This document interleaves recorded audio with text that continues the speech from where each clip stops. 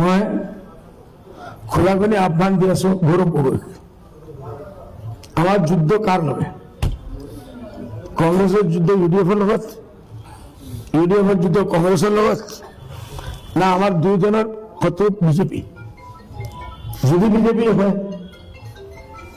এইসব ভাগ ভাগ কি জানে কংগ্রেসে, আমিও জানো।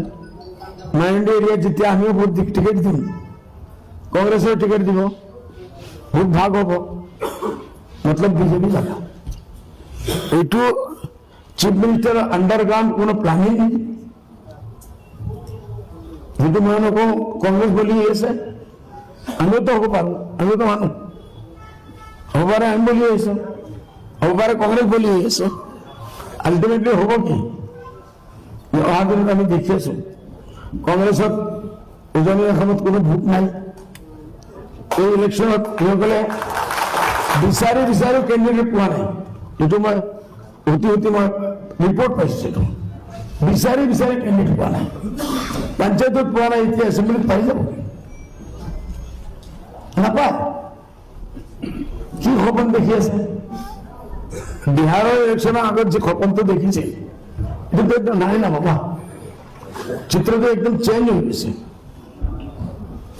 যদি সঁচাকৈয়ে আমাৰ চবৰ জয়েন্ট দুশ্মন শত্ৰু যদি বিজেপি থাকে, ঠিক আছে, আমাৰ লগত কোনো মিত্ৰতা কৰিব না, আমিও নিবিচাৰো।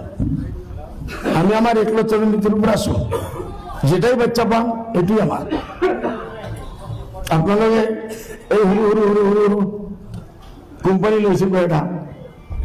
এক অখিল গগৈ এজন এমএলএ, নিৰঞ্জিত এতিয়ালৈকে এমএলএ হ'ব পৰা নাই। তাৰ পাৰ্টিৰ কিমান জেগাত খেলাৰ ক্ষমতা আছে এইটো আমি নাজানো। আমাৰ মুজিবুৰ ৰহমানে এতিয়া দেখিছোঁ মই টুইট কৰিছে, নিৰঞ্জিত আৰু অখিল গগৈ আমার মাইনরিটি এরিয়াতে আই যাও, আমি 2 সিট নিয়ে দিয়ে আপনালোকে গাই দিই। এটা আমার অপোজিশন মানুষ লাগে, এটাই বুঝে না?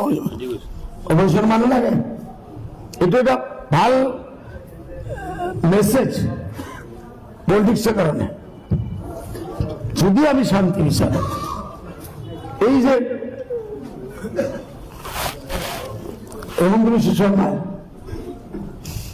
যে চাচ্ছিল বাচ্ছিল, যে মাত মাতি আছে, ইমান অপমানজনক মাত মাতি আছে।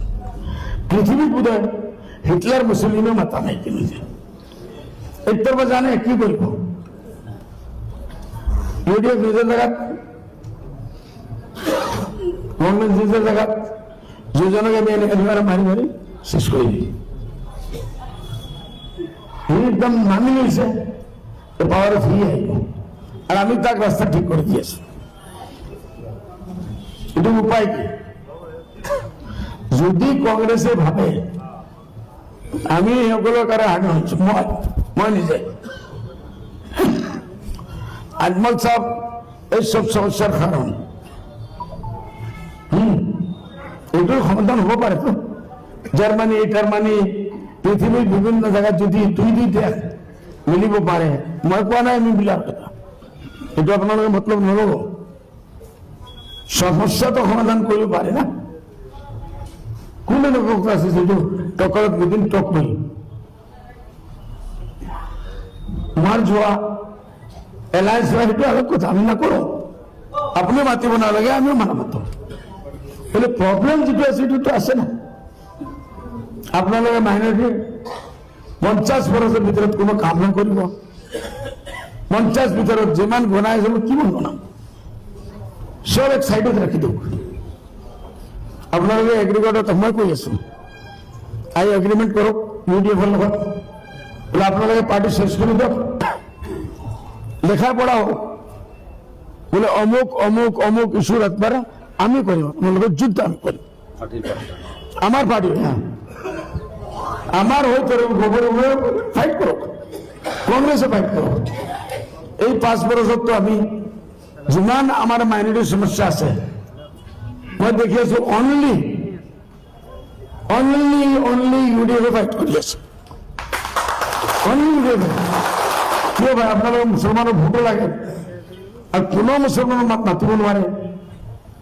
এই কেইবাদিন আমি আগে মই প্ৰভাৱ পাইছো, যেতিয়া উচ্ছেদ হৈছে মানে এজন লিডার নাম নকওঁ আকৌ গণ্ডগোল হ'ব, হুলস্থুল হৈ যাব। কৈছে আমাৰ ওপৰৰ পৰা মানা আছে মুছলমান লিডাৰ, কিয় তুমি মুছলমানৰ লিডাৰ হৈছিলা? জাতিৰ কথা যদি মাতিব নোৱাৰে, খালি MLA হোৱাৰ কাৰণে, MP হোৱাৰ কাৰণে, এগুলো কোনো ইনসানিয়ত নয় ভাই।